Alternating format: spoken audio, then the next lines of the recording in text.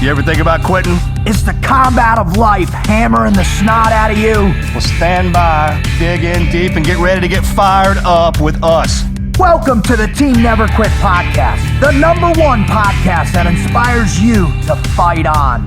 I'm your host, David Rutherford, here with Mr. Never Quit himself, Marcus Luttrell. Our mission is to help you embrace the suck of life, to teach you the values of working your ass off, and to interview the most hard-charging people on planet Earth. We know life is hard. It's time for you to suck it up, Buttercup, and let us teach you to persevere in every environment imaginable by sharing real-world lessons learned by those who never quit. That's right. It's time, Marcus, for us to help them defeat the negative insurgency in their lives. You fire me up. Are you ready? I'm ready. Let's roll. Let's roll.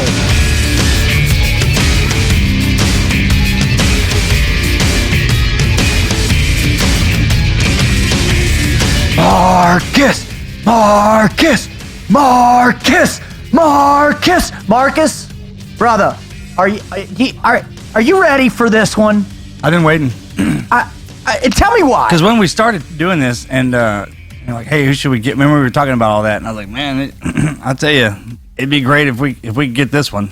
I mean, because it is so close to us. Again, yes, not. That's the good part about it, though. I mean, it's hit so close to home, but how far she's taken her life and what she's accomplished. It's kind of when they was like, hey, is it okay if can you check and see if we can get some time penciled in? Yeah, exactly. Right? And hey, would you please come share your amazing Never Quit story with our listeners? And what's remarkable is she pulled away time, and with everything that she's doing and the incredible successes that she's having and the influence. Melly was reading off the list of stuff that she. Remember when we were going through that? Yeah. I mean, you talk about it, right? The foundation. Busy lady. You talk about the children's books. You talk about, one of my favorite, the new statue that just was released. You talk about, Fox News. I mean, this is really powerful, and for us to be able to get it on, man, really blessed. Yeah. And she's part of Team Never Quit. Right. But I mean, go. I mean, that right there is awesome for me. Out changing the world. Out changing the world. All right. Enough. And everybody, you're listening right now, and you're going, all right, who is Marcus and Rut talking about? Now, obviously, you read the title of the show, but it's more fun to talk about it like this, right? Like right. You don't know. And if this is your first time listening to the Team Never Quit podcast, you have to understand that Marcus and I, it's been our dream, our mission in life now, to help you understand how to face adversity, overcome obstacles, and teach yourself the never quit mindset. And it's our mission to help you by bringing on amazing people onto the show to share their greatest never quit stories, how they learned it, who influenced them, and more than that, just how to teach you where you can take away from these things and change your life today, Marcus. That's what can happen today, can't it? Everyone thinks it's so hard. We're about to show you that it's not. It is simple. I mean, this isn't rocket medicine. Certainly you're not a rocket scientist. Not in this chair. Not. That wasn't. When you're applying for a job and then the resume goes in and everything. Oh, I love it. Yeah. I love it. Certainly not in this chair. All right, well. So again, if this is your first time, thanks for tuning in. We're real proud that you're here. If you want to know more about us, please visit the website at teamneverquit.com/podcast.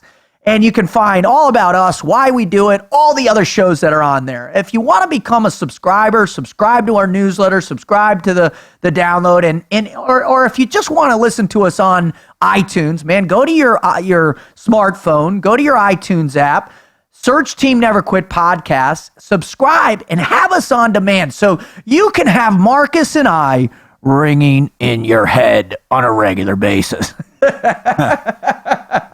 That should be the disclaimer. That should be the disclaimer. It comes with one, right? When it's downloading, when the downloading thing is spinning, that thing pops up at the bottom. Prepare to have two crazy frogmen banging around inside your skull for the next hour and 20 minutes. You're going to have to listen to something to get it out of there. A deprogramming mechanism. Right, yeah. Well, anyways, a lot of in the previous shows, what we had done, we to get things started and warmed up, also to back up. When you go to teamneverquit.com, check out our merchandise. We've got great t-shirts. You can show that you want to be a part of the team as well. We've got great other paraphernalia. You can buy ammunition. You can buy Marcus's books. You can hire one of our great speakers that we have on the Speakers Bureau. We've got a whole plethora of things for you to keep you inspired and keep you driving down in life and moving forward 1 inch at a time. That was a big word, dude. Which one? Plethora.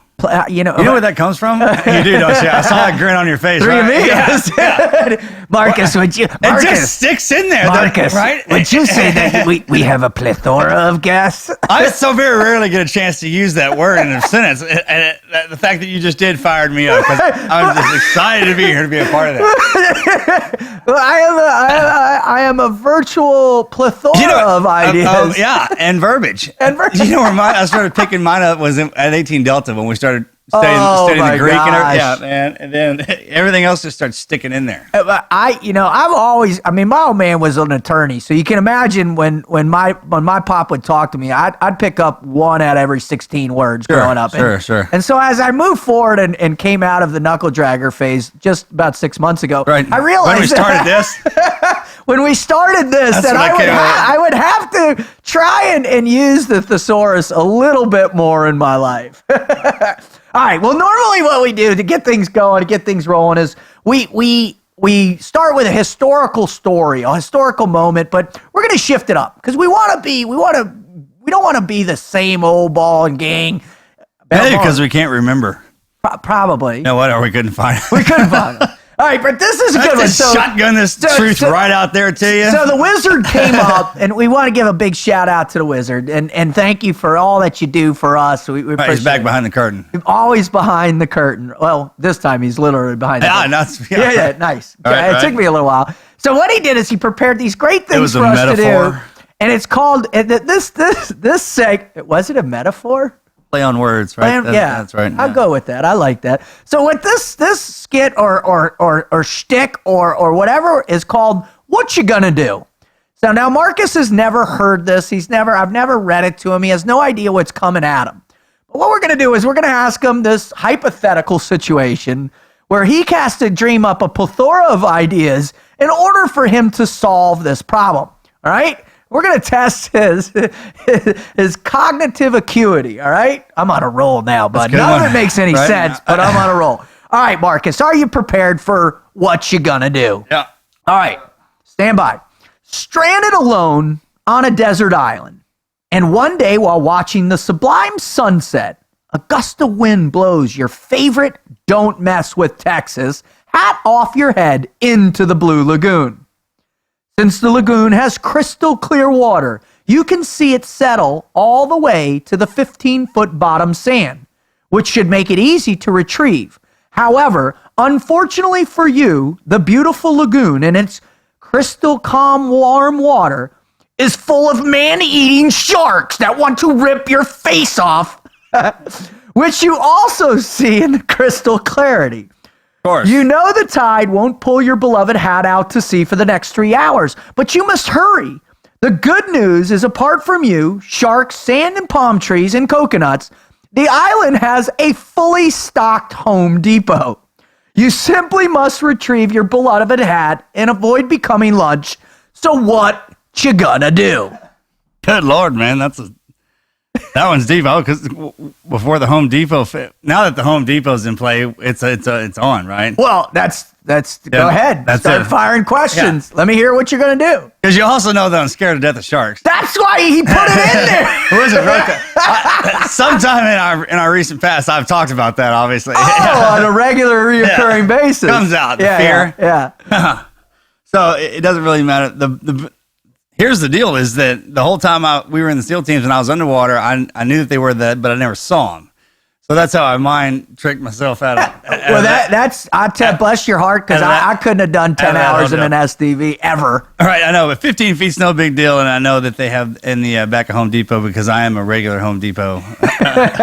And this by no way stretch of the measure is a commercial for Home Depot. Yeah. But if you are a senior executive at Home Depot, please call us in. We'd love to have you sponsor the show. I could go as far as if I only had a few hours, then I can't get into the whole turning the washing machine into an SDV through the, because my brother and I did that when we were kids.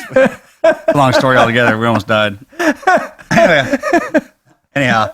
All right, tell me, what you gonna do? How you gonna get that hat, bud? Yeah, well, they have PVC pipe, and then the hook retrieval system, the door hooks and frame hooks and all that stuff like that. Then duct tape runs relatively. I'm seeing it right now. Yeah, I'm seeing it. And then tape the hook to the end of the 15-foot PVC pipe, reach down through the sharks, and pull my hat back out. So now we're assuming that you're in proximity enough to where you can assemble to have decent control of the PVC. Oh, 15. You said 15 feet. It's 15 feet deep, but not 15 feet from you. Right.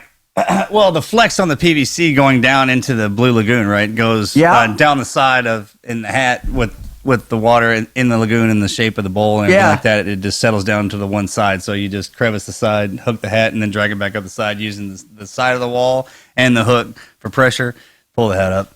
That's pretty easy, man. Damn. See, the problem is I was redneck, so you got to think outside the redneck realm. If you're gonna stump me, you know what I'm talking about? I mean, well, I'll tell you what. Next show, you're gonna give me one he wrote. I haven't seen it, and we'll make sure to say, hey, make sure they're hard. All right? Well, okay, yeah, and I'll write one up too. Yeah, done. That's what we'll do. We'll create them for each other, man. All right. So if you heard what you're gonna do and you liked this segment, you thought it was all right, although because of his incredible redneck capability, as combined with his intestinal fortitude not to be eaten, he was able to solve that problem rapidly. All right. Well, we're super fired up that you're here, and again, we like to have a lot of fun. But on a serious note, one of the things that we really strive to do is to help you understand that life is hard, and it's not going to get any easier, right? There are moments of brilliance and sunshine and the new dawn of the new day, but I'll tell you what, every day is a struggle, and every day you're going to be blindsided with things that happen that are out of your control. And what we want you to know is that, hey, we care about you. And that's why Marcus and I are trying to do this show. And that's what we have all the faith in the world, and that God has given us these silly microphones for a reason, that we're going to inspire you, that you too possess the never quit attitude. So we want to get ready to welcome, our guest who's coming on. And we talked a little bit about it. So if you're not familiar, and I know Marcus, hopefully you can talk just a little bit to preface her coming on, is one of the greatest human beings in our community's history is a guy by the name of Chris Kyle. And I had the incredible fortune to know him when he was just a young frogman going through SQT and as his instructor. And, although he was quiet and I don't think he had really become the legend yet, he was an example of a guy that just got it done day in and day out. After our time, you got to think of, when we're in that, you don't think about it like that. No. Obviously, until you get out, and then you look back on it, and then you look back at the guys like Hathcock from Vietnam, and so forth and so on. And then after the Americas, long from now, when they talk of the American military, and then they'll talk to Chris Kyle, just like they did Hathcock. The next war, hell, the generation coming after us, they'll refer to Chris. And, he did such a good job that Hollywood put him in the movies already. The number one R-rated movie in history. I bet he would find that funny. You knew him well. What do you think he would think all the hoopla? You get a chuckle out of that. You know what I'm talking about? Because the same thing happened to me. Yeah. You know what I'm talking about? And the way I think about it, and just be blessed to have it, and then just making a big deal out of, something that we did. That's kind of, it's something, man. It's something to think about. What I always like and what I always find, and I've told you this over and over, these are circumstances that you guys, don't imagine that happening in your life. What you imagine is that you're going to roger up in these difficult situations and you're going to be there for your teammates, which as frogmen, that's what we do. Right. And if you got to appreciate Chris on that. I mean, because that's the reason I never got married. Yeah. I was married to the boys. I mean, that love that we have for each other, and that was so strong with him. But the love of a woman, I didn't have that, and that's good on him for getting out. Well, because teams have been there before us. And here's my favorite part: when you get out, you're like, man, I SEAL teams everything to me. And then as soon as they take your ID and you can't get back in the gate, the next hour, the next 5 minutes. What's that? Hey, thanks. Here's your paddle. Quack. I don't know you. Yeah, exactly. and that's the hardest part to get over, right? And then after a while, when you've been out past your term, then I think the younger guys are coming up. Then I think you brought up a good point, man. I mean, with a 95, when I was in with 95% divorce, or not, it was 90, and then it's shot up to 95 during wartime. Yeah, war. Yeah. And I know like 3 dudes and their wives that stay together the whole time. Amazing human beings. Well, Chris is one of those guys, and I had no concept of what that meant or the stress that it must have been on the spouse until I got married. Well, look at us. So we were the single guys. So what did we do to the married guys? Crush them. Right? Crush. Oh, you don't need to go home. What? You wuss. Don't go home. We sure help things. And she got your in her handbag, and But I learned about. I'm so glad I waited. Well, I wouldn't have made it. Well, think about this. Now you're on the road 50, 60 times a year with speaking, and when I got married, the first thing that happened after the economy collapsed, I started contracting, started deploying again for 4 years, and put my poor wife through it, and had no concept of the impact it was having and how it affected her. So, one of the things I really hope, if you're a listener out there and you've been a military spouse, or you're the spouse of a first responder, or you're the spouse of a person that's constantly gone, this show is for you, all right? This show is for you to realize the strength. Or if you lose somebody. Or if you lose somebody. Great point. Great point. That this show is for you, and I hope that you'll hear the strength, because the woman that was blessed to be married to Chris is unique in so many ways. She's so amazing, and we're just so privileged to have Taya Kyle. Come on, let's get her on, huh, Marcus? Yep.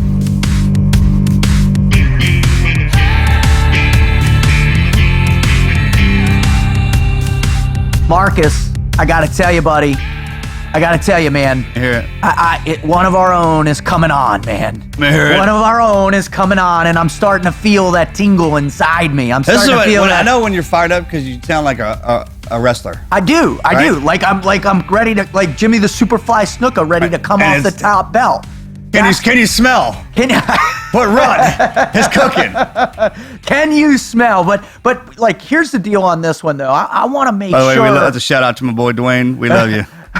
Here's the deal on this one. I want to make sure, and I haven't done this before, but this person is so important to us, so important to Team Never Quit, so important to what it is. Well, she's on the team. Well, that's what I'm saying, and I want to make sure. So what I'm going to do is I'm going to read an introduction that she deserves, because it's so powerful. She's such a powerful woman. She's so amazing. She's touched so many people. So here, let me just read this before we bring her on, all right? Since the tragic loss of her Navy SEAL husband, Chris Kyle, Taya has continued to forge Chris's legacy through the formation of the Chris Kyle Frog Foundation. The Chris Kyle Frog Foundation is based on Kyle's values of God, country, and family. The foundation is unique in its work to strengthen military and first responder marriages, so the family unit not only survives, but thrives while they serve.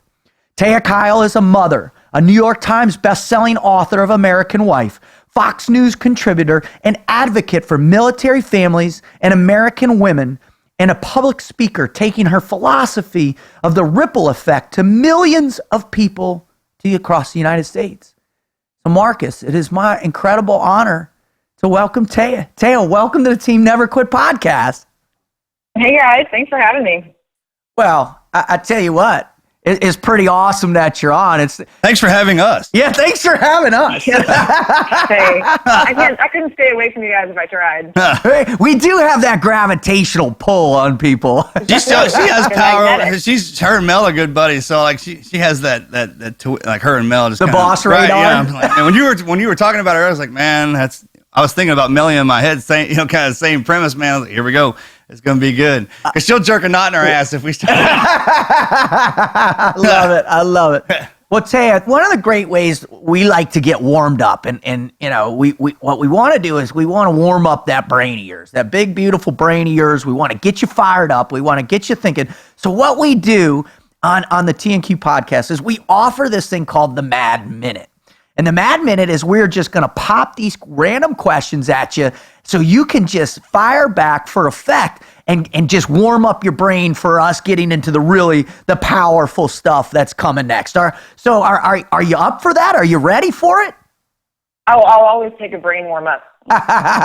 Too bad that Marcus and I often have challenges warming up our brain. Right. Oh, are you kidding me? I'm on I might as well have an IV drip of caffeine to get through every day. So I love it. That's awesome. It's funny. Marcus says the only time he ever consumes massive quantities of coffee is when I show up to do the podcast. Sure. Here. I love it. All right. Seriously, yeah, you got to keep up. All right, here we go. First question is, where did you grow up? Oregon. Favorite superhero? Wonder Woman, hands down. Have you seen the new the show new yet? thing with the new No, super- okay, so I do need to see that show, but can I just tell you, and you guys will appreciate this because you're around the same age as when I was little and underoos were the big thing, and I loved Wonder Woman so much that I put on my tank top Wonder Woman thing and rode my bicycle with my girlfriend, and it's kind of like I had the gold cuff, you know, dodging bullets, and I got in so much trouble for wearing my underwear outside. Do you wear it now? If they made it, I mean, can T&Q make some of that? Because I would wear that all day long. That's a good idea. Underoos, yeah. Big Underwood fan. for adults, and I know Huge. you'd wear a Spider-Man one, Marcus. I think course. we got a market there. There's a suit in there, right? He already has it. He I have actually wears it multiple suits around now. all Yeah. day long. Oh, for Christmas, everyone has to wear onesies, and mine's the Spider-Man. Dude, it's excellent. For Christmas, I get to be Spider-Man. All right. Next question is, what is the world's best vacation destination in your mind?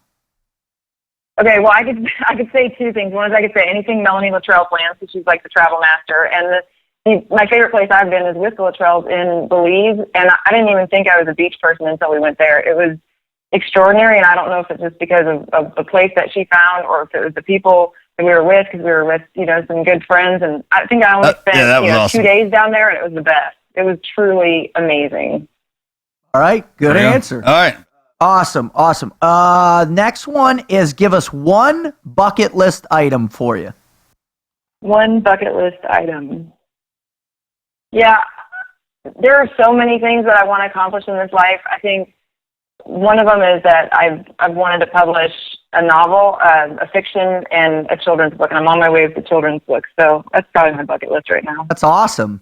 That's a goal. Yeah, I mean, we know you'll do that one. Yeah. That's You're coming. gonna knock that off for sure. That was weak. I was hoping she was gonna That say, was "I want to weak. beat Felix Baumgartler's Yeah. All right, free fall record from space." Right. All right. So here's what's going to happen now. You got to climb. When Morgan and I turn 50, we have to climb Everest. That was it. I don't want to get into it. But anyhow, we're going to drag you up there now. Yeah, that's what I like to hear. She'll go up there with us. Well, proud. All right. That was totally weak. All right, I'm going to think about my bucket list more. Because you're right, that's a goal. Although I don't take it for granted that I'll achieve it. Maybe that's I need to take it off the bucket list and put it on I will do list. But Now you're talking. Listen, you're a pretty amazing lady. So when you said something like Marcus and I just kind of looked at each other, that's already happening. No. That's a big. See, anybody else interviewing have been like, "Oh, that's great." I know she's going to do it. She's so bad that she's going to crush. She's already crushing it. Check this out. Hey, Taya, for the Mad Minute, my questions when I first, because you're such a strong, I was like, I'd been thinking about this. I was like, so favorite laundry detergent. Good. Yeah, nice. Favorite vacuum cleaner. That's a good one too. Are you a guiding light or a Days of Our Lives woman? Oh, you were going to be all offensive. Yeah. I was going to see how many of those questions I could rattle out at you before you like, what the fuck are you doing here? What brand of bonbons do I like? Yeah, While I'm sitting on the couch. Oh man, that would be hilarious. He every now and then he gets that little wild spur up. I mean, if I would have going. having the week I had, I would have dropped that one on you. All right. Here's the last question for you in the Mad Minute, because obviously you figured out that our Mad Minute goes on for like 10 minutes. But here's the last question for you. If you could pick any decade to live in any time period, what would that be and when? All right, I think this is going to be a weak answer too, but I think if I could pick any decade, it would probably be the decade before this one, but only if I could have the wisdom that I have now to go back and relive it. And it would only be because my kids would be little and Chris would be here, and hopefully I could do it with some of the lessons that I've learned since he died. If I could have those and redo it, I'd be a happy person. But as far as time in history, I don't want to do without the luxuries that we have today. Is that shallow? No, it's awesome. It's awesome. I think that was one of the greatest part about it. That's one of the best answers I've heard, because she put it in context to say, hey, man, I if I could go back just recently and apply how much life means to me and her faith and how much it's developed in that circumstance, I think that's beautiful. Well, that's it's amazing. People, I mean, the more technology, the simpler life is made every day. Just normal stuff that everyone has, running water, and they still people can complain about anything, but sometimes it's baffling. And to hear that come out of her, like, hey, I mean, I want to go back a little bit just to get my husband back, that kind of deal, because everything else is great. So. Yeah, cool. Yeah.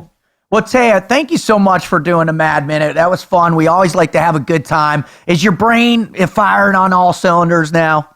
Yeah, I think it is. I think I'm ready. Except for that bucket list. You know it's going to eat away at me in the back of my mind. Why don't I have a bucket list? And then I'll get off the phone with you, and I'll come up with a list of like 100, so I'm never in a position not to have a bucket list item again. Well, here's what we'll do. Here's what we do. You can always call back in the next time we're recording, just as a special guest caller. Drop your awesome bucket list and then hang up and say, I'm out. Hey, we ought to have a studio line, and then since she's a Fox News contributor, she could be in T&Q contributor. Right. So if we're ever doing something, call into the bat line, the bat phone, and we'll. But, you plug her in. What do you got, Taya? Well, I'm out here, and you need to do that. I love it, dude. You can see my perfectionist nature coming in. I'm like, wait a minute, there was a question I didn't do well. It's like my answers could have been anything, but I'm going to obsess on that one that wasn't. It was weak. It was weak. Well, here's what happens. Almost everybody gets on and says something. They're like, well, can I? That's why it's a Mad Minute. Yeah, it's a Mad Minute. And if you have time to think about it. Yeah, it's a great, you did awesome. All right. And us picking on you, that's just part of it. Nobody else, we've never backed up on anybody except for you. So what I want now is, and what everybody is coming to this show in particular is to get to the meat and potatoes, is to so you can share with our listeners and the people out there that admire you and admire your life and really want to hear from you. Go ahead and share what's your greatest never quit story or stories for us. All right, yeah, when I was thinking a lot about it, and there are so many minutes in my life that were so pivotal as far as making me who I am today. And I think emotional for me, because most of them come back to Chris and the influence that he had in my life and how just life with him changed me. And certainly his death changed me even more. But I think I'm only okay because of my life with him. I certainly had an amazing foundation with my parents, and I give them all the credit in the world, especially for showing me what a strong marriage can be. And they never shied away from letting me know that if you're going to stay married for 50 years, that you got to expect some hard days, some hard months. But I think importantly, my mom also told me there might be some hard years, babe. And this was before I was married. It was before I met Chris. And I remember thinking about that. And I think that's so true, because people aren't just naturally made, magical stardust and romance, and this is your soulmate and it will always be great. I mean, it's going to take some grit and some effort sometimes. And seeing my parents and their friends do that, I think, it prepared me. But right. I had friends, and one of them in particular, and there was a time where, man, I wasn't sure if we were going to make it, and Chris wasn't sure either. And I had a friend who had kind of gone through hell with this love of her life that they really were just a match made in heaven, it seemed like. But, life screwed them up too, and he had some hard blows, and he had some trauma, and he didn't handle it well. And I remember then when my rough time came, this is a woman who, she sat on the phone with me, if it was midnight, if it was 2 a.m, if it was middle of the day. And she's a busy person. I mean, she runs her own medical practice, and she had kids and sports and all these other things going on. And she gave me the time, and she went through that fight with me. And I trusted her, and I listened to her. And I feel like things like that, I know that was a pivotal moment. She got me through, and Chris and I, cared enough to go through it and come out the other side. But I just had situations in the last year where, somebody else is going through a hard time, and I kind of same thing, right? I had kids, I had work, I had travel, I had, still dealing with grief and normal everyday stuff where, stuff goes wrong in the house.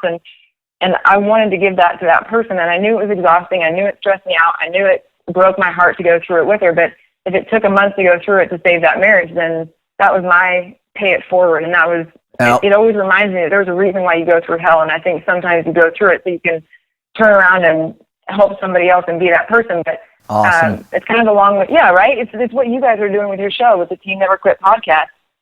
It's saying, somebody else is going to need the encouragement that I needed to get through. And I heard some of your past podcasts too, where you talk about grit and will and determination and how you can be born with that. And I think that's definitely true. I mean, I thought about things in my life growing up, how, one of the things I was thinking about this morning was just when I was thinking about will and how you guys talk about that and how you kind of can be born with a certain toughness. And I remember my parents, were pretty strict, and I get grounded, and they'd look at me and they'd say, "You're grounded for a week." And my heart would break and I'd be scared, but I'd look at them with steel eyes and be like, "Okay." And they'd say, "All right, yeah, I was not an easy child to raise, I'm sure." They'd say, "Well, then it's 2 weeks." I'm like, "Fine." Inside, I'm dying, right? But I was like, "You will not hurt me. You will not see me, break." And I was stubborn. And it went up to a freaking month one time. And these are parents that stuck to their guns and stayed true. And I was wondering, is that show like a stubborn streak that hopefully I've tailored into something positive today, or was that just being a bratty kid? I'm not sure. It might have just been, being a bratty kid and hating authority or something like that. But a bunch of psychologists have proven that kids that have that kind of defiance early on, if they're still shepherded and got good faith and good character, that will turn and eventually become an attribute as it has in your life, right? Yeah. That's it. Absolutely. Yeah. When it's in a kid though, and they have the mentality of that, that's kind of an adult thing stuck into a younger brain. Brain, right. Yep. So it's. Yeah, I think it is. I think that's one of the things I would say is sometimes the hardest kids to raise have the potential to be some of our strongest leaders and strongest adults. And I fight with that because I don't, my kids are super respectful and I don't tolerate much, but I also don't want to break their spirit. That spirit, like you said, Absolutely. a little bit of defiance. But I also think we lack in this, not to get off subject, but we do lack a society where people respect authority. And my parents, to their credit, they didn't, it's not like they gave in. And I think that's the difference. They didn't break my spirit. They stuck to it, and they showed me I was tough enough to, endure those things. But to be brutally honest too, even before I met Chris, there were times where I don't know that I showed that kind of strength and will. I mean, I didn't quit. I had a job that I was totally depressed in. I hated showing up. And I wouldn't say it was like, well, I hated it, but I got out of bed every morning and just showed up. I didn't. Man, some days I didn't freaking show up to work, but I didn't quit the job.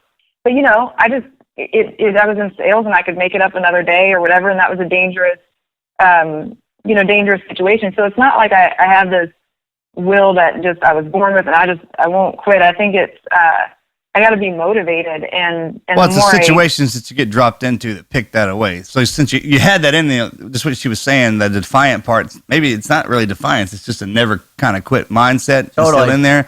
And then as you get older, like right now, I like to say, if you allow yourself to get into any kind of situation, it actually proves to be a positive thing. It sets you up. Right. It sets you up for the next stage, right? And if you get hit again and you've been in that situation before, you're like, well, I know I can get out of it. And I go back to hearing you right now, Taya, saying here you are in this, kind of place and time in your life, prior to meeting Chris, where it's like, man, what is the meaning of my life? And why am I not passionate? Why isn't that will and determination that my wonderful parents bestowed on me and gave me, why isn't that coming out? Well, what happened in that moment? What shifted you around to start to change then? Well, I can promise you this, that the biggest change in my life was the love I had for Chris. And I mean, there was no way I could have imagined a guy like him. No way. I remember praying that God would send me someone nice. That was my prayer. Nice, Nice. And I remember one of the most romantic, and Chris really was, that's a whole other. No, he wasn't. other story, but you know, but yeah, you would say that, and then you would say, well, wait a minute, what about the guy that he opened the door for and they didn't say thank you, and he turned around and threw the door in his face? You know, okay, so maybe in some situations he wouldn't be seen as quote unquote nice. Well, that's just manners. Me, That's kind of the way these texts were raised like that. That's a manner deal. It's you jump past into a disrespectful when someone's openly trying to do something nice for you, and then if you have the abilities that he had, sure. Yeah, no, it's very, very much so. But you know, that there's a thing here, and I know for a fact because I've seen it with you, Marcus, and Melanie, and that is that you can be all kinds of things to all different kinds of people, but there's something that happens when somebody has your heart. And Chris is different with me, right? And I was different with him, but you know, I wouldn't give up on him even when I was mad at him. And you know, I thought, dang it, you know, I'd watch him walk away, and I'd see his gait. I think it sounded like a cowboy gait. I remember vividly looking outside an upstairs window one time, thinking I was so mad at him, and I watched him walk across the street to the neighbor's house, and I was like, oh God, he's hot. I look at really this guy, like awesome. Yeah, I'm like, you know what? He like, you know, he had my heart, and I was like, damn it, you know what I mean? Like, I know I'm still. It was, and it's not just looks. What I'm saying is, like, there's something about somebody that you're so attracted to that you can't imagine being without them. And to this day, that's what. If there's a fight that involves Chris, I'm showing up, and I don't care. You know, there's sometimes it bugs me so much when people seem to have this attitude of, well, they're gone, so it doesn't matter. I'll tell you what, till the day I freaking die, he matters. And if it involves him and somebody's messing with him or his memory or something that isn't right, I'm gonna fight that fight. That doesn't go away. And I think you all know that. You have buddies that pass, and you're not. I mean, there's just something that changed in me with him. And I can tell you the hardest moments I've also had are those moments where it was time to walk away from something. And I couldn't stand the thought of having to lay down. You know, mostly there was a court case, not the one probably you're thinking of, but there was another one, and we ended up settling. And man, I thought these guys were wrong, and I felt like they could have gone to prison for a long time. I mean, I'm talking serious wrong. And right. and I could have stayed in the fight, and it was costing me more money than I could have imagined, and the stress and trying to raise my kids and fight the good fight and be everything to everyone. And I ended up, you know, saying, all right, I want, like the lawyer had to remind me, look, of the things that you said you wanted, you got them. Wow. I was like, yeah, but stuff changed in the fight because they went lower and they went, you know, more off course. And now I want more. I want more blood. You know what I mean? Because they deserve it. They earned it. And they started I found out more. Right? Yeah. And it was like, I got what I originally came to get, but I didn't know how bad it was and how much they went off. So I'm still going, like, we got to do this. And it was an important time, I think, for me because I had to kind of lay down the sword and say, okay, I got what I came for and I got to walk away. But to this day, sometimes it bothers me. And to this day, I question it. Like, should I have? Yeah, don't look at it like you laid down your sword. You just put it back in the sheath. I mean, because some of those situations, especially in today's, and that mentality, that's that warrior mentality. For sure. I mean, you hit them till they're gone, right? That kind of deal. So them starting that, and you know that's the mentality she has because of that eating feeling. Oh, that just grinds for days, on you. man. You're like, you know what, it's not that you got one over on me. It's the never quit mindset, right? You know, the fight's not over. And when it comes to when you hear people talk about guys like, oh, I wouldn't expect him to be all romantic with his wife. Like, everyone has those, for the most part, has all those characteristics that everybody else has. So if you see somebody who is hard charging in the boardroom or as a Navy SEAL, you can bet they're going to be the same way with the wife. And well, this is the interesting point that you're bringing up. And good, because I was running out. You're spot on. I had no idea how I was going to close that out. No, you're spot on, and I love this. And this goes back to Taya, what you said. When you fell in love with Chris, and this is something that I believe is one of the greatest phenomena that we possess, and it's a blessing from God every single time that we acknowledge it and nurture it, but it's the power of love from a strong point, not from a weakness, not from a place of submission or anything like that, but from a place of strength. And that's what I'm hearing in you. That love was ignited for this man. Yeah, it's not a submission thing. It's a teaming up. I just found something that's so powerful that I can't wait. When I met Melanie, I mean, the women in our lives set us on our paths. They see things that we don't see. We don't see. And they balance us. They Right, bring exactly. that balance. So, I mean, once that happens, all I do is say, what's my job for today? Yeah. So Taya, tell our listeners because a lot of people out there haven't truly felt that love, or if they're in the hole and they're not experiencing it, how do they find it? Where do they go? What does it feel like? What does the power of that love truly feel like? Okay, so I'm going to give you, there's a couple of things I'm going to say on this. And on the one hand, I can tell you, like I said, that there was a time, all I wanted to do was be independent and not need a man. That is the God's honest truth. I was so excited to get out of my parents' home and make a living and forge my own way. And then kind of life broke me down pretty good. And I was in a bit of a depression when I met Chris, but I had prayed. I said, God, I think I hear you. Like I'm not supposed to be alone. I'm not meant to do this alone. So, I boiled it down to what I wanted. I just wanted somebody pure of heart. I just wanted somebody nice. And it was within weeks that I met Chris, and it was, it's a comedy almost in itself that I met him in a bar, and he was a sniper, but not at the time. He had just graduated Buzz, and, all this stuff. But there was something in our interaction that just was powerful and magnetic, and it wasn't right away. It's not like it was, love at first sight. This is the guy I'm going to spend the rest of my life with. I just know I was drawn to him. And the reason I clarify that is because I think we have to remember a few things. One is that God is always there, and we do need to listen. And sometimes when you're broken down the most, it's a message. God is talking to you and telling you something that you need to hear. That was my message, and that I went to God and prayed and said, okay, I humble myself to you. I submit to you because I don't even know where to go to find this. I didn't even know that I wanted it. And then he sent it to me, but I had to be open to seeing it. It wasn't, it built. Our relationship built like anybody else's does. We talked on the phone, for a while before we spent a lot of time together. And it was, slowly but surely I realized, oh my gosh, this was the answer to my prayer. I didn't necessarily know it the second that he showed up. I just thought I thought he was hot and he was fun and it would be fun for a while, until God answered my prayer. And then, as time went on, I realized, oh my God, this is it. And I think that importantly, there are times I remember, trying to express to Chris, I don't know if you can, I wish I could say it in words. I wish I could put it into words how much I feel for you. After we were together for a while, after we were married, and I just felt like there's no way I can express how full my heart is now. I would do anything, for you. And I give credit to him because he was different and he was kind and he was romantic, but he was just true to who he was, and he was unabashed. If we, had an argument or something, he would come to me and fix it or want to fix it, and he would humble himself in a way that for a tough guy, maybe you wouldn't always expect that level of humility or vulnerability that he gave me. But importantly, I want to say this, all of that and the love that I feel today and the love that I felt then, I want people to remember that there are times, right? There are times where I'm sure he could not stand me. And I know there were times where I thought, what am I even doing with you? Who are you? This is insane, right? That's the reality.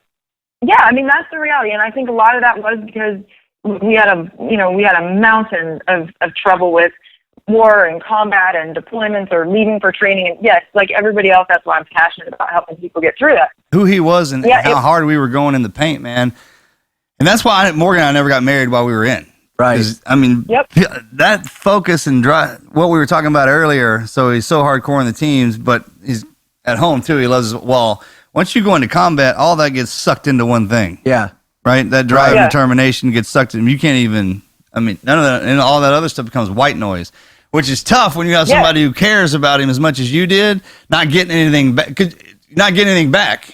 Even as hard as he would try, man, there is a wall up that does not come down. Especially if you stay on the line, man. That decompression time it doesn't go down. It doesn't happen while we're in. It just doesn't. I don't care if you're even at a training pipeline. Go ahead, Taya. That's so true. Well, no, I was just going to say, I definitely didn't want to cut Mark's off because what you're saying is so important. And that's one of the things that I know for a fact is when somebody dies, the regret is the hardest thing because you can't go back and fix it. And all you can do is believe that they're on the other side and that they can hear you when you say, shit, I'm so sorry.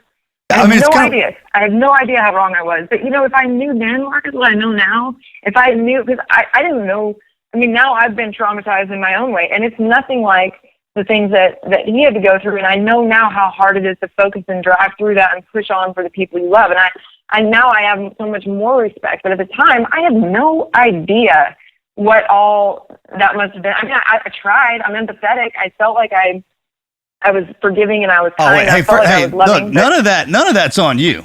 That's the hardest part is you don't go through the training with them. And what basically happens, because being married, but when we were all together, I would see it. Man, you just get talked to like a teammate. Totally. But a teammate who's not going over.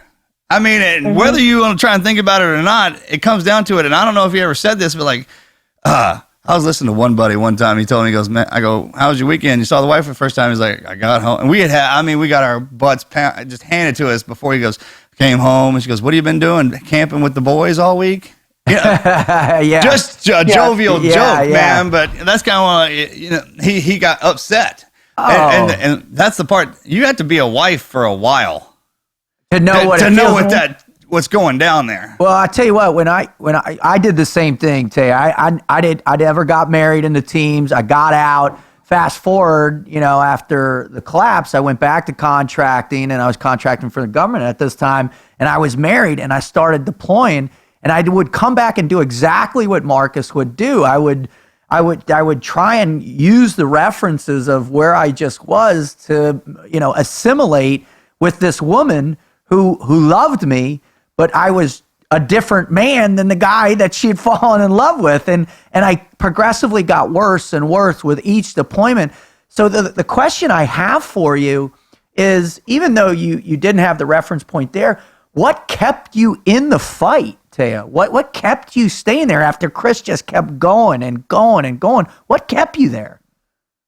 Yeah, that is a really great question, and I can tell you clearly, because I remember as clear as day a lot of those moments where I was low as low can be. I mean, there were times where I felt hopeless and helpless, and I know that he felt the same way for different reasons, and that's the challenge of these marriages. But it was two things. One is that it was God. I felt like I'm not playing around. If I make a promise to God, I mean it. And my vows were a promise to God. And I did not take that lightly. I didn't take that as there's an exit here. I mean, I remember, screaming at Chris one time, like, divorce is not an option, like it, right. I just, and he was in an environment where, 95% of the guys were getting divorced. So I'm sure in his mind, he's like, really? Because I see that as kind of an option, and, but, right, that's the reality of what they see. But to me, that was one thing that I felt like, you don't make a promise like that and turn back without dire consequences. And the other thing was, once we had kids too, my parents led by example. They stayed married through good and bad, everything. And I could never imagine breaking up my family for my kids' sake. And I know that there are a lot of people who get divorced, and yes, the kids turn out fine and all that. But I think part of the beauty of staying together is that, your kids are statistically much more likely to get divorced if you get divorced. Right. And I think that I could see that so clearly, because if you reverse that and say statistically, I'm much more likely to stay married because my parents stayed married. I understand that, because they were my inspiration and my proof that, man, sometimes I saw the look in my mom's eye. I mean, she did not like my dad sometimes. I can guarantee you, she looked at him. But then I also knew they went on dates. They dressed up, they put on cologne, they got a babysitter, and they loved each other through it. And so for me, I got to see the reality of, look, you might have a minute where you look at that person and think, you're driving me, insane, or who are you, or what are you doing? But the fact is that love can be stronger than that. Your dedication can be stronger than that. Yep. And you can do it for your kids so they don't have to find, 4 different places to go to on Christmas or Thanksgiving. And I had this vision in my mind always. When I would think about however it was in the moment, I had this vision of Chris and I sitting in a house. I could picture the living room that was always my mental image, with a Christmas tree, old, on the couch, smiling at each other, looking at our grandkids play together and our kids. And I thought, that's it, right? It's the long game. It's not some of this, crap in the middle that's challenging us. And Chris could have walked out. He could have walked out. He said the reason that we made it is because we both didn't give up at the same time. Yep. And maybe that's true. Yeah. It always bothered me, because I thought, I didn't give up. But you know what? I'm sure in I'm sure in his mind he saw me as giving up sometimes, and I'm sure that is how I appeared, that I was giving up, just like sometimes he appeared to me to be giving up. But I'm super passionate about marriage because I feel like it can be your biggest gift, and I know what it's like to lose it, and I know the beauty of it, and I know the regrets, and I can look back and say what was worth it. I know that I was thinking about this the other day. I was talking to somebody, and I usually use the word like our marriage was marinated somehow, but I'll take it a little bit further. I think, well, actually, that's a good analogy. You think of a really great piece of steak, and you buy it at the store. It's going to be a great piece of meat. That's like our marriage when we were fresh and new and in love, and it was a good connection. And then you think, well, if you marinate it, what is that? It's breaking down the tissue. It's breaking down the tissue in the steak, and it's making it more tender, and it's giving some seasoning to it, and it's giving all these different layers of flavor. Mm-hmm. And I feel like that is what happened to our marriage, and that's one of the greatest gifts I think I got, is that, our last year of marriage was great. When he first got out of the teams, it was hell for a year at least, and I'm impressed that he was able to get in and out of that transition within a year, because I think some people never make it fully through that. And it took me 10 years. Yeah, you know what I'm saying? Yeah, so you know it well. I mean, it is hard, and he didn't quit trying to find things that would help, and I didn't quit trying to find things that would help, and he came through it. And I think that I always look back and I thank God for the time, because our last month, I remember telling a friend of mine I said, I know this is going to sound so strange, and I didn't think she was she didn't believe in some strange essences and auras as much as I do, or feelings that come true and all that. And I said, I started to cry. I said, I'm terrified something bad's about to happen to one of us, because it's too good. And it felt like somebody really wrapped a warm blanket around us. And I was like, man, I don't care what all we went through. We were made for each other. Like, it doesn't get any better than this. And it was because it was marinated, man. It had flavor. It had been broken down and stronger for it. And it's like, I feel like the beauty of our life is that when you look back, I can say at some point, and I'm an old lady, I'll look back and say it was a short period of my life, but it was the most important, and we lived probably 10 lifetimes within those years that we had together, because we knew each other at our absolute lowest. We knew each other when, one of us was going through a time where we weren't sure we wanted to live. We both had those periods. We had the times where we were elated, the times where we welcomed the kid into the world, and when we looked at each other and said, I forgive you. We had times where it was like we laughed our asses off, and nobody would get that sense of humor but us, because we lived it together. And we had those times where, whatever it is you struggle with, like, man, I got to get in shape. Yeah, me too. And you know what? Sure, let's just go get some chips and cheese and sit in bed and watch TV and binge watch till we're exhausted the next day. And, it's all of those things that you live with a person, and you see them in every, it runs the gamut of everything. And I feel like sometimes we shy away from that. We are human, we're vulnerable. We want to shy away from letting somebody see us in all those different elements. But really, if you're strong enough to stand by somebody's side when they're going through it, and it might be years, if they're strong enough to see you through it, if you love them through it, if you allow yourself to be imperfect, you allow the other person to be imperfect. I mean, we ask so much of our spouses these days that they're supposed to be our soulmate, they're supposed to be our best friend, they're supposed to be our biggest supporter, all this stuff. Sometimes I think we forget, man, they're human too. They're just as jacked up as the rest of us, and sometimes it's a matter of just deciding, I'm here, and I'm not going anywhere, and we'll figure it out, and I will humble myself before you. I will be vulnerable, and I will admit I'm just as jacked up as you sometimes, and I'm not gonna expect you to be more than you can be right now. And to me, that's, you come out of that with a passion and a love and a connection that you cannot get anywhere else. And the bond. It is. It's the bond. It really is, and it's something. And well, it's just like the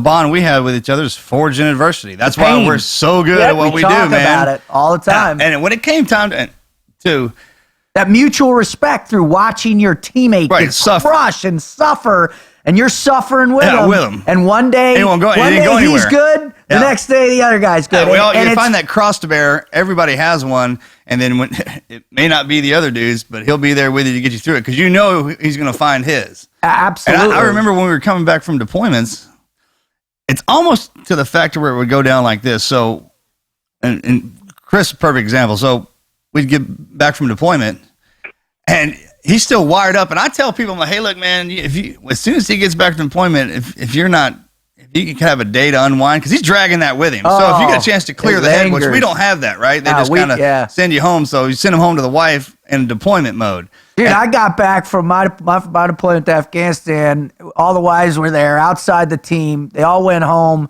I went down to the bar in IB and drank till the morning, and then that was my welcome home, man. There was nothing back then. Some of the guys, I think, when they come home and they get in arguments, and Tay, you can attest to this, if it's like Chris would leave just so he wouldn't make you angry while he was home. And it doesn't work. It thinks that's the rationale in the head. Like, man, when I'm home, I'm kind of pissing her off. I don't want her to be unhappy. I'll just stay at the team with the boys. And it's a backwards way of thinking. Backwards. It's completely backwards. He loves you so much, man. He doesn't want to.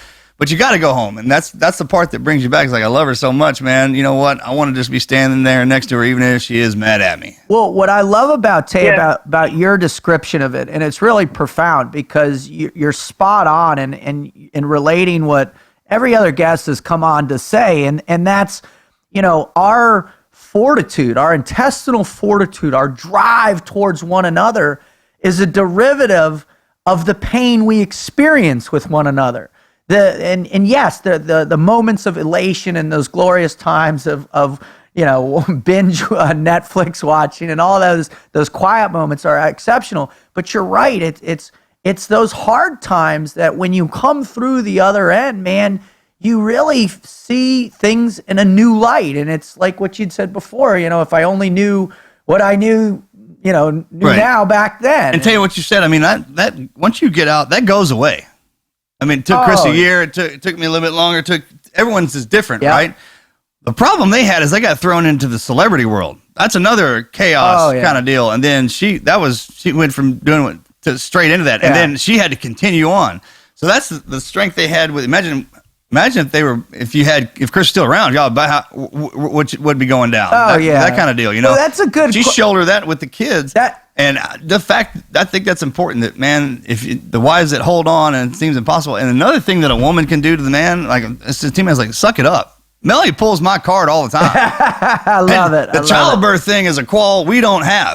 We can't have. And I'm watching that 19 hours is straight, and she's like, I know you went through Hell Week. Check this out. That kind of deal. And the best part about it is, and I heard some general talk about, someone was asking them, like, why do you guys go in for pain all the time? And it's the same premise behind a woman in childbirth. We talked about that, right? They'll go through, I'm never doing this again. I hate you. Then, what is it, months? They're like, hey, you ready to go again? Yeah. Are you? Yeah. Because I'm still affected by watching that go down. So, I mean, the power from both sides is intense, man. It is. It's transformational. Well, Taya, one of the questions I want to ask you now is, you guys did go through that radical transition, made it through, and then, of course, the tragic and untimely passing of Chris, and as now you were catapulted into this new life that evolved out of that tragedy, and that pain really was, when you take a step back from an objective bystander, like I've been, watching you because I just recently met you, to see, you take this and really turn it into something that's glorious. How difficult was that to find the light and the magnitude of that darkness? And what was the thing that got you through and allowed you to create all these amazing things that you're doing right now? What was it? Yeah, I sometimes I wonder about that too, and I remember the time when, when Chris first died, and I know in the moment I found out, I had seen widows who went before me, and I remember leaving their funerals and thinking, like, their world is done as they know it, and my heart would break for them. And I always kind of put it in simple terms and say, I still had to go to the store because I still had to feed my kids. And I was very aware that the sun kept coming up and the world kept turning, knowing that woman right there didn't want it to turn anymore, that she just wanted it to freaking stop. And I feel like, at the time I could have said, God, why are all these people dying, and save me from the pain of watching them, which would have been very selfish. But you know what I'm saying? It's hard, and you look at it, and I look back and I think, no, those are every painful experience you have if you look at it, can prepare you for something else, some strength, I can see God in everything now, and my eyes are so open to it, from even seeing like, wow, we're told to do something or not do something, and I can see the ramifications of it on a person's soul and how tempting sin is and all this stuff. And it's really opened my eyes, to God. But what got me through is from the moment I found out, it's like I had this speed roll in my head of like, the world's going to keep turning, and what do I do? And my answer was, run, stay busy, do not let this pain consume you. And I'm not saying that's the way to do it, because I know that, it's prolonged it still, and I still, cry a lot, and I still know that I have some work to do. I'll still stop myself from crying when I feel like it,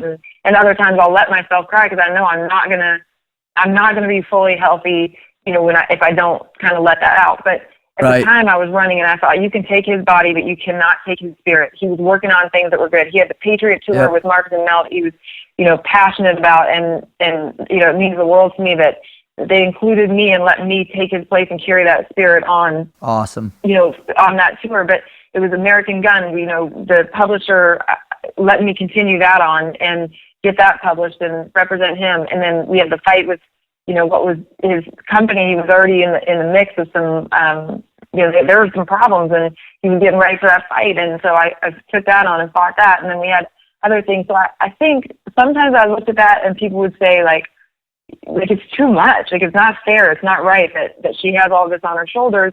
And I sometimes wonder if it's not just, if it wasn't a gift and God said, trust me, I know this girl better than you do. And if I don't have, if she doesn't have something to do right now, she's going to go down and she's not going to get back up. Like, she needs to fight on something. And so I'm blessing her. And here's the other deal I realized with that is that I used to want to plan and be, organized and kind of control all the different elements that I could to make it be, the best outcome possible.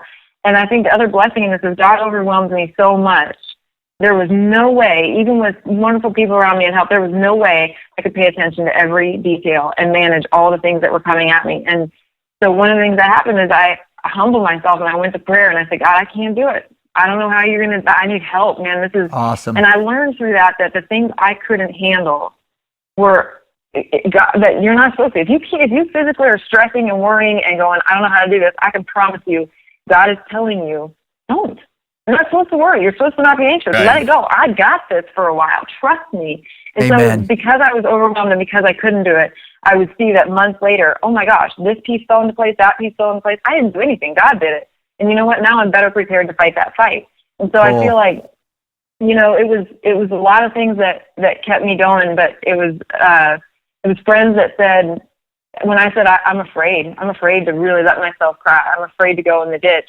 And I remember my friends who said, man, go in the ditch. We're not going to let you stay there. We'll get you out. But sometimes, and I think, man, that's a powerful, that's a testament to what friendship can do for you too, is to have people that say, I'm not going to let you stay there. Nobody's going to enable me in my life to just give up. Nobody. I don't have people like that around me. But they will say, hey, if today is the day where you got to crawl in bed and cover, put the covers over your head, I'll pick up the slack. I mean, I won't expect you to get up on it tomorrow, but, today, if you got to cover yourself, do it. And so I think all of those things and my kids, I mean, if, they were young enough and, I mean, they need me. And, it comes back to love. If you love somebody, you're not going to quit on them either. And they needed me to get out of bed. Well, I mean, look, it took, we don't know who did this, but on the Platoon Space, and when we ripped Chris and them out of there, it said, if not me, then who? Mm-hmm. And I was just thinking about that while you were talking, and he came back, and it might have been one of them deals where the world needed to see you in the public eye, and it took that to catapult you to get you out there. Because I remember the funeral. No, I don't. That's a lie. I don't remember anything about that. So Melanie, things happen for a reason. So once we got up there and Melanie saw Taya, then I went off the grid. Yeah. It seemed like every dude who showed up with a wife or a widow, once the wife took control, then I don't remember. We did our own. We did our own. I don't remember did your own things. Yeah, exactly. We did what we do when we do what we do at the. So I mean, and it's turned into a thing where you've had to shoulder all of that, and even in the world you live in now, I mean, it's your pain that's other people's positive motivation. That struggle that you push yourself through, man, and it was that time when Chris Kid and you were sitting in there and we showed up, man, and to let you know that now it's time, right? That's kind of the way you look at it. It's like, okay, now it's time for me to do my thing. And that's what I love about this, Tay, is that your time is now. It's here. It's coming.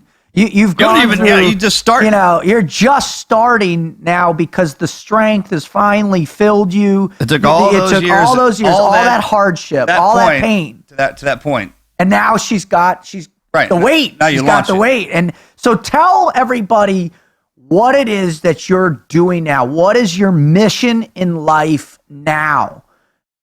Yeah, I'm going to do that. And I want to just add this one thing, and that's, it's interesting that when, you know, Marcus, when you talk about that first week, and two things come to mind is I remember the minute I found out that Chris was really gone, and I told myself, I will not worry. I will go to the hospital. He's fine. I will not accept that he's dead until I hear those words. I had too many times before where he could have been or he might have been, and he wasn't. But my girlfriend that was there with me, you know, and the police officers told me, she said, and I didn't know this at the time, it was years later that she told me, she said, I watched your face and tears were pouring down you, but something changed in your eyes, and it looked like you listened, you heard it, and something in your eyes said, it's go time, right? Wow. And I thought, you know, when she said that, I think there was a part of me that's just self-protection, right, that says, this is going to hurt like I've never hurt before, and I got to, like, it's time to, like, get busy and take care of stuff. But there's also this knowledge that other people have been through it, and they've survived, and, like, oh my God, girl, get ready. Like, it's about to get rough, you know, but you're not, but stand strong kind of thing. Yep. And the other thing that I thought of when you talked about that week is when Melanie was such a calm presence in this wild storm and this pain that everybody felt, and there were, you know, whatever it was, hundreds of people at the house and all that. And I thought about that because I feel like it's important maybe for somebody else out there to hear this, that when things are going down and it's really bad, for somebody else to come in like Melanie did and have a calm about her and say, like, I remember just looking at her like, this is the strength I need, because I can tell that she's capable of shouldering whatever it is, whatever request I had. I knew that there was probably, you know, a storm that she would have to go through to get it done or whatever, but she looked at me with calm and she made me feel like it's like, that's fine. Whatever, you know, you need to happen is going to happen. And I try to do that. I had a guy call me 2 nights ago, and he's military and he was suicidal, and I remember just feeling like this is important for me to let him know, like, it's not like, I'm calm, you're okay, this is going to be okay, you know, whatever he did, I was like, look, this is not that bad, and we're going to get through this, and the sun is going to come out tomorrow, and every morning it's going to come. All you got to do is make it through tonight until the sun comes up again tomorrow. Amen. You know, and right, and that's that whole you know, one day at a time mentality. But I do know the dark nights are sometimes the worst, and you know, I think sometimes we just have to pay attention and go, look, a sunset is a victory, because when you're in the deepest, darkest pain, it's a victory, man. You made it through, and now you just wait till the sun comes up, and it will, and your pain will get lessened. And it doesn't mean that it doesn't exist somewhere and it doesn't live on, but it's not always going to be so raw. You just got to make it till the sun comes up again, and kind of wait it out and see what God's going to do. But you know what, Dave? I think I forgot your original question. I love that concept, and I think that's one of the greatest descriptions we've had for the never quit mindset, because people are constantly searching, and Marcus and I talk about it all the time. It's not just within your mental capacity, it's also within your physical self. It's within your spiritual self. And, the fact we talk about God, and I talk about faith extensively in the work I do with vets and the things that I do. And it really is a compilation of that. But if you can really, allow the infinite of God's presence and that light of that new dawn to shower you with strength, you can get back in the fight. And it's that I think what I'm hearing is the fight isn't always you in the knockout, right? It's making that tremendous swing. Sometimes you don't even want to be in it. Right. You don't even want to be in it, right? You don't even want to be there, and you're taking the beating, but at least in the beating, you're taking the fight and you're cognizant of it. And if you just stay in it, you just don't quit, eventually you'll see the glory of that new light. You gotta know about somebody who spent their whole life taking beatings and being in the hard place, that when they come to the table, they're bringing a lot. And that's and so the question was, Taya, now that you've done the rounds, you've put the time in, you've walked the mile, I call it, right? Tell us what you're doing now and what your mission is in life every day when you wake up and you put those feet on the deck, and tell us where your focus is now and what are you hoping to accomplish in this next phase now that you have this wonderful strength about you? Yeah, so that's, it's a good question. And I think part of what I understand is that I used to want to make plans. I used to want to have all these goals, and I still do. I still do have things floating around in my head that I think, I wonder if I'm going to, make the time or have the time to get this going or whatever. But my bigger thing is that old saying, what does God laugh at? Our plans. And, and I think that's something I've learned is that I can't get so caught up in it. I think you have to have, goals and you have to have thoughts of what you're going to do. But what I'm trying to do now is just pray like, God, what is it today that, use me. I want God to use me for his glory. I want to humble myself and never, ever think that it's about me, but always remember it's about, it's about somebody else and doing something else. But I do also want to be the best version of me. And I do want to explore different sides of my personality. And I have a lot of different interests. And so I want to honor that too and make time for that. And I think that's something I haven't done my whole life. I've always thought about what I need to do, what's practical, what's important. And I'll always be that, but I'm really trying hard to say, there's another part to you, Taya. It's okay for you to say something, else is you're going to do it just because you enjoy it. And then that maybe will make me more productive in other areas instead of feeling like everything's just a beating and I have to do it. But my mission with my life and what's happened to me, one of the things that is always probably going to be the most important to me is helping other people stay married and to see it through, because I know the beauty of staying in it. I know the beauty of getting to the other side of that, that deep ditch and crossing that bridge and getting to the other side. So the Chris Kyle Frog Foundation, that's where my passion is, to help other people stay married. And I've been so inspired by that, because that's another way where I thought there's no way we can do enough for these people. What more can we do? And what I've found is that we just show up. We just do what we can do at the time. We've only been around for a year and a half, and we've been able to say, okay, well, let's try to do a date night event here. Let's try to send these couples on a trip. And I think, well, is that enough just to get them away for the weekend or whatever? And what I'm finding is that we show up and God does the rest. We'll keep trying. Cool. We're going to keep trying to improve, right? But that sometimes you just know the right thing to do. You show up, and for me, we pray about it and hope that we're doing the right thing. So marriages, and it's not just with the foundation. It's personally, it's those friends that call me. It's the people that need to hear it. The people that can, that need to remember to stay in the fight. That's my passion, to try to help them stay married. And more than that, I think, is my passion to keep being humble and look to God to say, what can I do to be better? Like, make me better. I have this craving, and I think you guys know this too.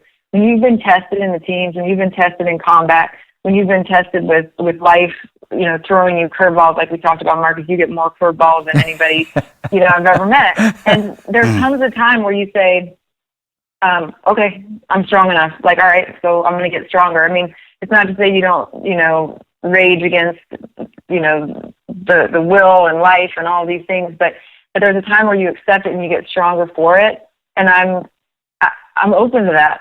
It's like now I get a hit, and I still get them sometimes where I think, you've got to be kidding me.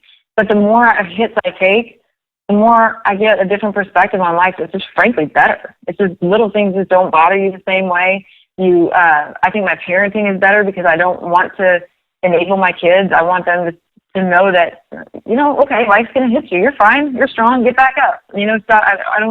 I don't have the desire to, no, let me rephrase that. The truth is, I never want my kids to be unhappy. Right. And I fight that mothering part of me that just wants to nurture and not be, tell them to suck it up. Discipline. But I know the other side of it is, they have to suck it up. And so I think, being to boil it down, I do want to keep finding more ways to challenge myself and keep my eyes open to what God does in people's lives and in my life. I want to be the best mom I can be, the best friend I can be, and for work, it's the Chris Kyle Frog Foundation that has my heart and my passion. But the interesting parts, the parts that I find interesting that I want to explore with children's book, and they're faith-based. And I finished my first one this summer, and I want to knock out a couple more and try to see if I can get a set published. And then I've got a fiction that I want to do, and then we have some stuff with American Wife. We're working on a mini series, and I've always kind of been interested in the behind the scenes stuff with that, and the creative element to to TV, and there's a part of me that says, God, I don't even want to say that out loud because I don't want to be misunderstood as somebody who thinks it's about fame or Hollywood, but it's I a think team effort to make something awesome. I think that's what Hollywood needs more of, is a dose of anybody, reality. Anybody in Hollywood on TV, that's the part that gets just going to do this for that. I'm like, well, why does anybody go there? Yeah. It's to do something. What's she not? Don't ever think that, Taya. Yeah, and what a wonderful concept for a show to bring. If we'd have showed up your there, type of if Mel and I story. would have showed up and you'd been like, "You got this. I got a TV thing," then but don't ever think that. You getting on Fox News and being a contributor and saying because the blessing is that what you and I do, we're out in the public with them, and all demographics, both sides, Democrat, Republican, Independent, black, white, red, bikers, billionaires, you name it. So when you get up and you say something, backs it up, right? Relevance You've seen it with to it. Yeah. Exactly. You didn't read it. There. You didn't read it from somebody else and make it your own. This is all you. This is your story and your life. Man, run it till she breaks. That's what I love so much about you, Taya, is that you do bring it from the heart, and you bring it from your faith, and you bring it from God, and you bestow these amazing things on people on a regular basis, and you have the humility, that humble. You know what I mean? And Look we what Chris talk about did. it all Chris the time. excelled right? in a community that doesn't happen at. If someone's got a reputation in our community, that's a big deal. In particular, him and what he was able to do. And you're his wife. Exactly. That's my point. You know what I mean? And what he was able to do, and to see it transcend into you, and for you to take it and teach those very lessons. I think it's. Yeah. I don't think our wives aren't team guys. Oh. You can hear it in the way their verbiage. Melanie says sit, rep, check, and all that stuff all the time. And that's why when they get mad, you got to worry about them because, man, they probably learned how to really take it to him. Well, I'll tell you what, the shooting competition last year, so that's what I love. Right, exactly. Yeah. That's and then, so carrying on that, y'all were already in that life. Yeah. You were on TV. You were in the books, in the movie. That was in the works anyways. That was your life. You're just, people God's expect you path to for you. roll some pills down your throat, maybe get on the bottle a little bit, and have some kids. One turn out all right, one doesn't, whatever. Negative. Yeah, exactly. Come on, man. Anybody who says crap like that needs to get on, listen to the podcast. Yeah, exactly. Yeah. Well, Taya, thank you so much for just your time and your commentary and your genuineness, really the authenticity, man. It's so rewarding to have somebody come on that's been through what you've been through. You've taken the hits, like you say, but yet you're still inspired to take these lessons learned and to move forward in life and disseminate what your thoughts and your faith in really positive ways. So I just want to not only say thanks for doing that, but also thanks for representing our community in just a really amazing way. Well, thank you. I feel like that means a lot coming from you guys because you're fighting the good fight. I love your show. You're inspiring lots of people, and you're showing that there's this airbrushed version of people, and I think that's a dangerous place to be in, where we try to make everybody look either perfect or where reality TV isn't really reality or all that stuff. And what you're doing is showing real people, real grit, real determination, and that everybody has an ability to not quit. And I think you're inspiring people to be like, you know what, these people are seen as something amazing, but they're just like me and they've lived the same, or some version of it, their crappy life. Their life has been crap at one point and they've not quit. And I hope you know the value of what you're doing, bringing that to people to remind them that we're all just people trying to make it, and they don't have to quit either. I love it. That's exactly right. Well, thank you so much. And, we look forward to having you in the After Actions Report. Yeah, all right. thanks, Dave. God bless you. Thanks. God bless you, too.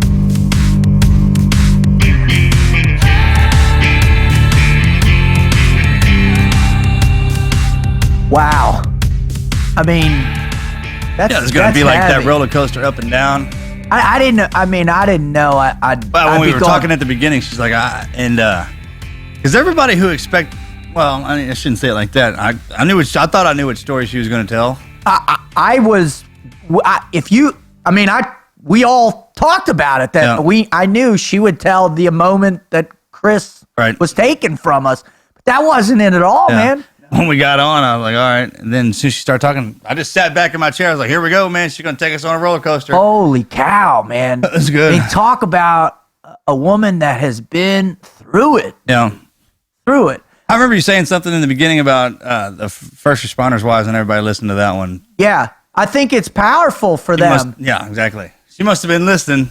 I guess, man. But you know what was remarkable for me is, she has this wonderful support network and the influence that her parents, impacted her with and that dedication. But, what really transformed it and I think brought it to a whole new level was just that strong, loving commitment to Chris.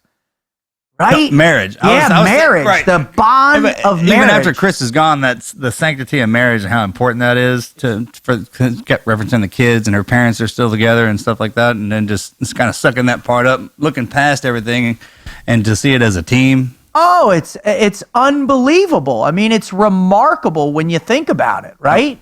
I mean, it's really powerful. And that's why she does the Chris Kyle Frog Foundation. And it's just that's literally when you hear somebody talk like, man, you should probably write a book. Right. And she did. And thank God, American Wife. And if you haven't picked up a copy of American Wife, please go out and get that. I'm telling you. I want to start reference our guests like that. You know what? If you don't have a book, you should get one. I mean, we just heard one story. I think from her perspective, different stories from her point of view. So one story technically on the show. Man, just sat down there and started elaborating on those. There you go, on each individual one of those. Oh, and she could drill down. Right, and all of our guests are great like that, man. Just those crazy stories that you're like, man. And that's what I hope you're hearing. I hope as an audience member, you're hearing, you're being inspired. Because that's what we are, right, Marcus? We're the spark. Right. We're the fire that lights off in your gut, that gets you out of your chair to start going to create your story. And that can happen right now. You could be the next Taya Kyle. You could be the next Mark. We found ours. Absolutely. Reference that spark hole. And everybody we bring on here, they recognize it too and what burns them. And then what we're doing is telling you how to ignite that, or giving you, not telling you how, but giving you different examples how to ignite that spark inside of you, right? Because we're all unique, but there's a common bond that pain unites us in. It's there, right? And that gives us that propels us out there. Well, one thing I want to do is I want to read another real quick never quit story that came in, if I could, Marcus, before we sign off here. All right, and this one, it's a powerful story, and I want to thank Preston for writing this into us. And here it goes. I'll read it quick for you. Gentlemen, I want to tell you a little bit about my wife, Jody. Jody was in government service. She worked for the Air Force at Randolph Air Force Base and worked at Randolph for over 20 years, where she worked as a contracting technician and studied at night and all while raising 2 young boys on her own. Flash forward 20 years, she was a GS-12 contracting officer in foreign military sales with a $50 million warrant. She and I were married in 2005, and in 2007, she was diagnosed with breast cancer. She fought it something fierce, multiple surgeries, chemotherapy, and radiation. My wife died in November of 2011. I'm not exactly sure why I wanted to tell you all this over. Then I wanted you to know that through it all, she never quit. Her body, after all the surgeries and treatment, looked like a battleground, but she never quit. I got 6 years with her, and I'm lucky to have known her at all. Every day I get up, I get after it, to honor her. The strategies I use to focus, I learned from a gunnery sergeant at the Marine Military Academy in Harlingen, Texas. He taught me how to have goals and passion, envision the plan, empower your clan. You must not isolate, you must have a clan, and let it rip. Gunny told me, right or wrong, make a move. And so there it is. Her name was Jody, and she inspires and motivates me every day. She truly never quit. I'm attaching her official government portrait just so you can put a face to name. Thank you for letting me share this story, and thank you for all your clan does. It's crazy. It doesn't matter what that energy is wrapped in, the box it comes in, right? It doesn't. Yeah, Truly doesn't. Battle ridden. That's the difference between those people that are successful and that, I mean, when they show up, they slide in there sideways. Like, hey, I gave it all. I gave it all I got, gave man. it all I got. I mean, hell, I gave it all I got. Throw what you got at me. I'll take it till I can't, and then that's how you prove yourself. Just keep everything they throw at you. Just take it. Just keep taking it, and keep that's going forward. That's what Taya taught us. That's what we're trying to help you with every guest.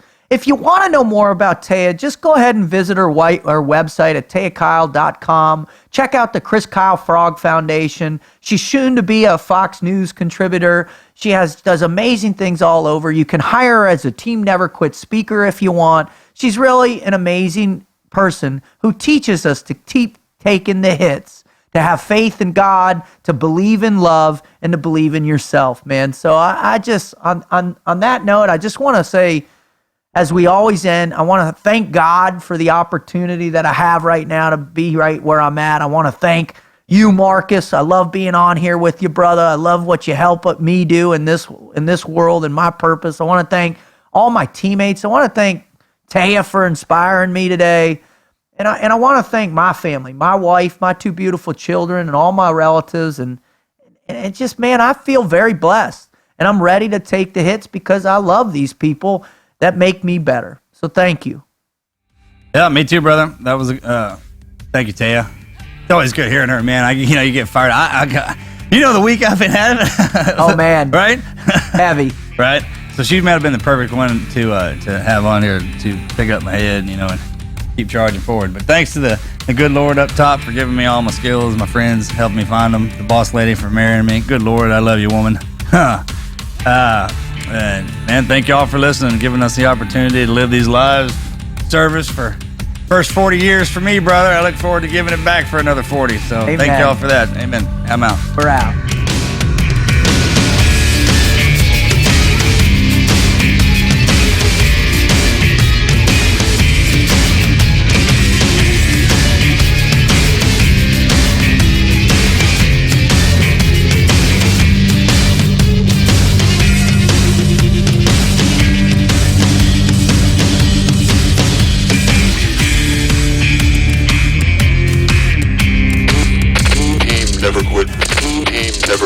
Team Never Quit Radio.